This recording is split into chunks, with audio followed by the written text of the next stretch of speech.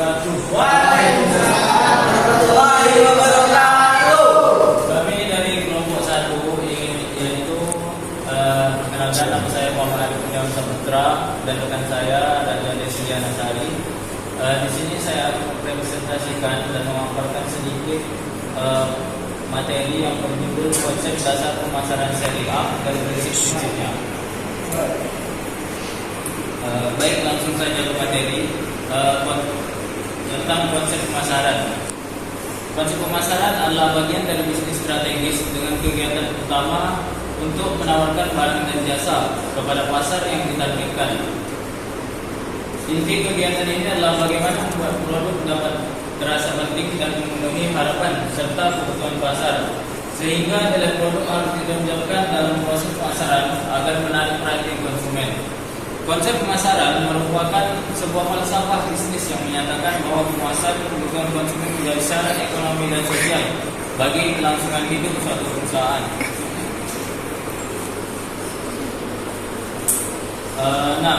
Dalil Al-Quran yang berkaitan dengan pemasaran syariah ini ada di surah Quran surah An-Nisa ayat 29.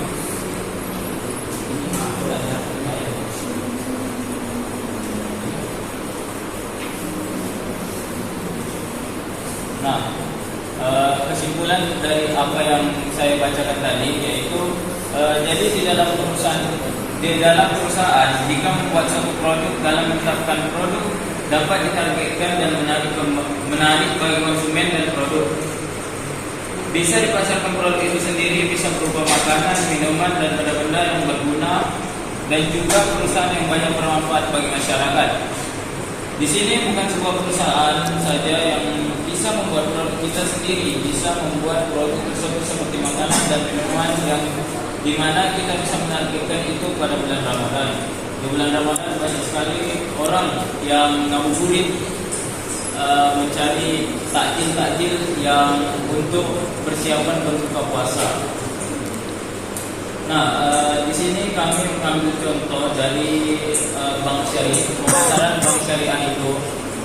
Bank syariah dapat beroperasi sesuai dengan prinsip-prinsip syariah. Implementasi prinsip syariah inilah yang menjadi pembeda utama dengan bank konvensional.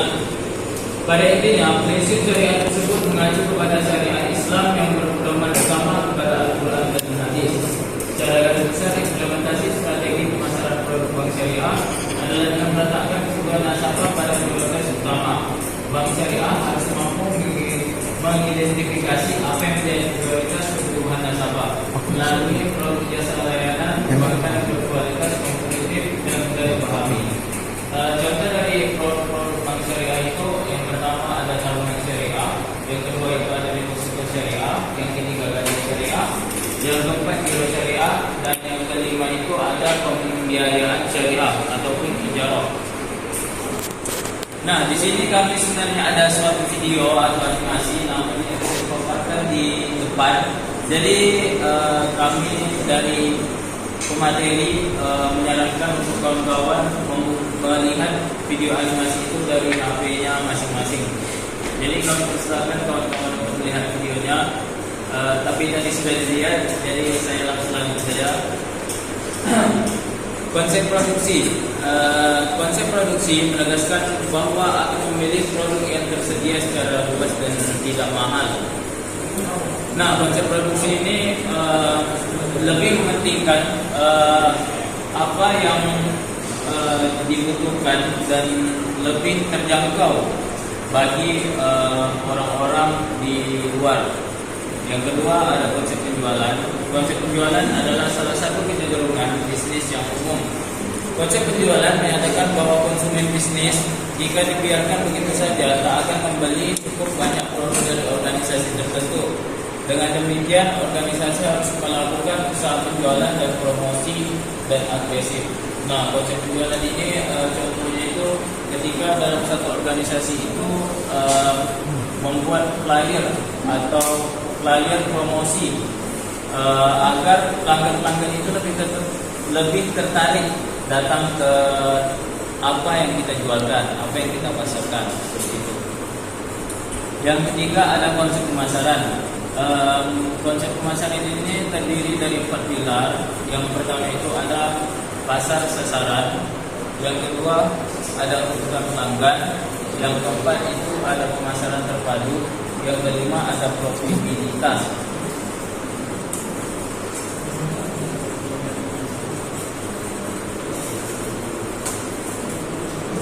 Nah, konsep pasar sasaran itu perusahaan bisa melakukan terbaik jika mereka memilih pasar sasaran dengan hati-hati, mempersiapkan program pemasaran yang sesuai. Nah, jadi seorang pengusaha itu harus menentukan pasar sasaran dan di mana barang yang akan dijualnya itu dipasarkan. Yang kedua itu ada kebutuhan pelanggan. Kebutuhan pelanggan, setelah perusahaan menentukan pasar sasarannya, mereka harus memahami kebutuhan pelanggan. Nah, selain kita menentukan pasar sasaran kita di mana yang akan kita jual, kita juga harus menjualkan yang dibutuhkan oleh pelanggan. Tidak sembarang yang harus kita jual dalam suatu tempat itu. Yang ketiga, pemasaran terpadu. Pada saat semua departemen di sebuah perusahaan bekerja sama untuk melayani kepentingan pelanggan, hasilnya berupa pemasaran terpadu. Yang keempat, profitabilitas. Tujuan terpenting dari konsep pemasaran adalah membantu organisasi untuk mencapai tujuan. Bagi perusahaan swasta, tujuan utamanya adalah kemampuan untuk memperoleh keuntungan secara terus-menerus dalam jangka panjang. Bagi organisasi nirlaba dan masyarakat, tujuannya adalah bertahan dan meraih cukup banyak dana dan menjalankan pekerjaan yang bermanfaat. Baik, kita lanjut ke yang keempat, konsep pelanggan. Jika perusahaan yang menjalankan konsep pemasaran bekerja pada tingkat segmen pelanggan dewasa, ini semakin banyak jumlah perusahaan yang membentuk penawaran layanan dan pesan yang berbeda untuk pelanggan individu. Nah, ini lebih ke menawarkan layanan ataupun bantuan jasa seperti itu. Yang kelima, konsep produk. Konsep produk yang menyatakan konsumen akan memilih produk yang menawarkan kualitas, kinerja atau kelengkapan inovatif yang terbaik. Para manajer di organisasi semacam ini terfokus untuk membuat produk yang lebih unggul dan terus menerus memperbaikinya. Nah, ketika kita memasarkan produk itu, kita harus mengupgrade apa yang kita pasarkan. Kalau kita tidak mengupgrade apa yang kita pasarkan, itu otomatis pelanggan itu akan bosan terhadap apa yang kita sajikan kepada mereka. Seperti itu. Yang keenam, dagangannya dikenal dan ramai yang ingin membeli barang dagangannya.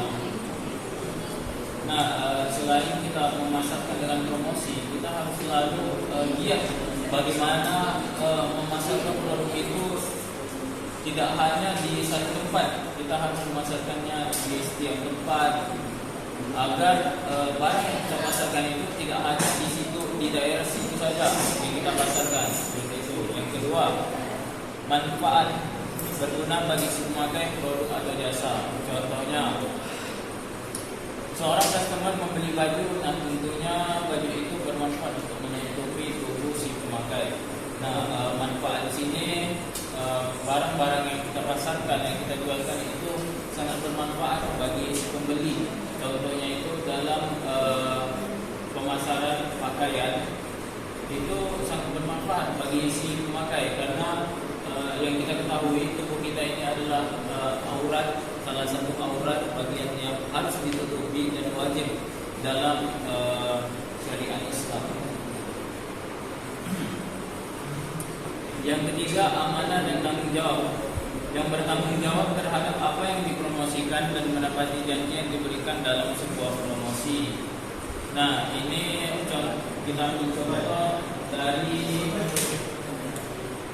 kita ambil contoh dari air lah, minuman manis gitu. Jadi kita ambil contoh baju aja lah, pemasaran baju. Nah, jadi kalau baju itu ketika kita memberikan diskon, kita memaparkan diskon di deretan baju yang akan kita pasarkan itu, contoh diskon 50%. Nah, ketika ketika ingin melakukan pembayaran si pembeli itu diskonnya tidak sampai dengan 50%. Nah, itu akan mengurangi kepercayaan seorang customer terhadap kita, dan juga itu menjadi nilai buruk bagi kita sebagai owner yang tidak amanah dan tidak bertanggung jawab seperti itu. Yang keempat, kejujuran. Dalam promosi, informasi yang dipaparkan harus sesuai dengan spesifikasi produk itu sendiri dan tidak boleh menyelewengkan informasi tentang suatu produk. Nah, kejujuran ini yang menurut saya adalah satu prinsip yang sangat penting dalam satu pemasaran. Karena ketika kita memasarkan produk itu tidak sesuai dengan apa yang kita paparkan, itu akan menjadi nilai buruk untuk kita, dan juga pelanggan itu tidak otomatis tidak akan ingin membeli ke dalam apa yang kita pasarkan itu. Nah, itu akan mengurangi nilai kejujuran. Yang kelima, ikhlas dan tulus. Ikhlas dan tulus merupakan salah satu nilai keislaman yang terdapat dalam kegiatan promosi. Dalam mempromosikan produknya, seorang atau perusahaan harus mempunyai niat yang baik, ikhlas, dan tidak ada etikat buruk. Contohnya itu seperti kita menjadi pekerja dan mempromosikan satu brand, namun kita tidak melakukannya dengan ikhlas dan tulus, dan juga memiliki niat yang buruk agar brand tersebut itu jatuh. Prinsip-prinsip tersebut senada dengan Quran surah Al-Jasiyah 16 yang artinya, kemudian kami jadikan kamu berada di dalam suatu syariat peraturan dari urusan agama itu, maka ikutilah syariat itu dan janganlah kamu mengikuti hawa nafsu orang-orang yang tidak mengetahui. Baik, mungkin hanya itu saja yang dapat kami sampaikan. Terlebih terkurangnya mohon maaf, salah-salah kata lain mohon maaf. Assalamualaikum warahmatullahi wabarakatuh. Waalaikumsalam.